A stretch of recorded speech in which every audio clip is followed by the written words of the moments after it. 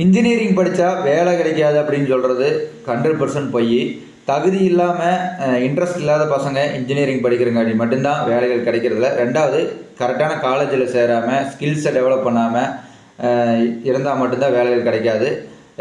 NIRF தேசிய அளவில் top Tamil Nadu காலேஜஸை list பண்ணிக்கிறாங்க. அது என்னென்னு பார்க்குறோம்.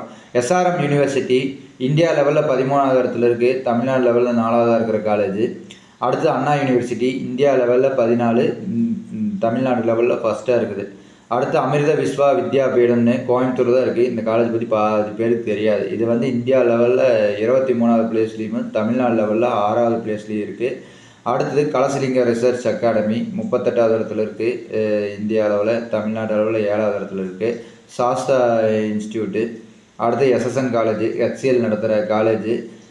இது வந்து தமிழ்நாடு லெவல் 9வது இடத்துல இருக்குது, India level 46. PSG college Tamil Nadu level 12. AI இருக்கிற காலேஜஸில் கோயம்புத்தூரில் பிஎஸ்ஜி ஒரு நல்ல இன்ஃப்ராஸ்ட்ரக்சர் இருக்குது. இன்ஜினியரிங்கும் சரியாக திட்டமிட்டு படித்தா சரியான வேக்கன்சி இருக்கிற ஒரு ஃபீல்டு.